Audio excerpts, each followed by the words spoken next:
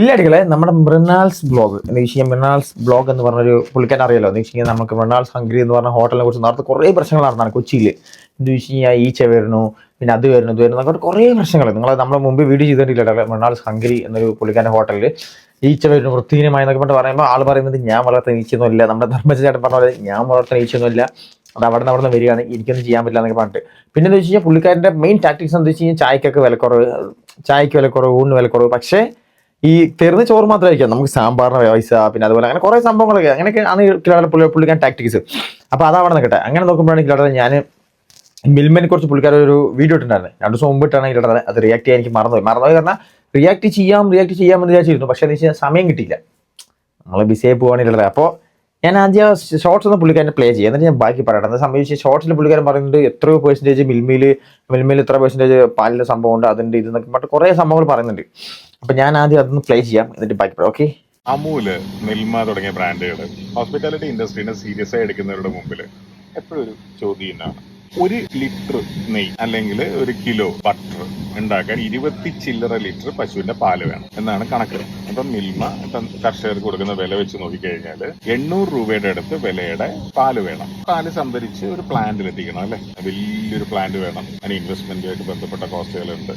അവിടെ ഇലക്ട്രിസിറ്റി വേണം, waste management, അവിടെ ജോലി ചെയ്യുന്ന ആൾക്കാരുടെ ശമ്പളം, അങ്ങനെ 100 കണക്കിന് ചെലവ് അവിടെ ഉണ്ടാവും അല്ലെ. അത് കഴിഞ്ഞ് ഇത് പാക്കേജ് ചെയ്യണം, ബ്രാൻഡിങ് കോസ്റ്റ്, മാർക്കറ്റിംഗ് കോസ്റ്റ്, അതൊക്കെ കഴിഞ്ഞ് ഡിസ്ട്രിബ്യൂഷൻ കോസ്റ്റ്. ഇത് ഡിസ്ട്രിബ്യൂട്ട് ചെയ്ത് റീറ്റെയിലർ എടുത്തിരിക്കണം. റീറ്റെയിലർ ഒരു മാർജിൻ എടുക്കില്ലേ, സൂപ്പർ മാർക്കറ്റ് ആയാലും ആരായാലും. അപ്പോൾ 800 രൂപയുടെ റോ മെറ്റീരിയലും ഈ ബാക്കിയുള്ള കോസ്റ്റുകൾ ഞാൻ പലതും മറന്നുപോയിട്ടുണ്ടാവും പറയാൻ.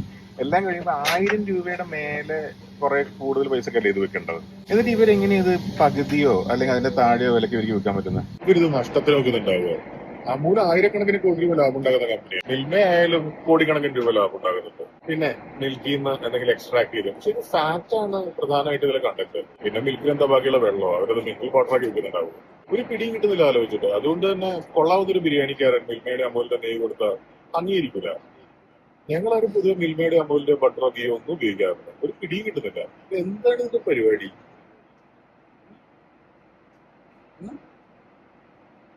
അറിയില്ല.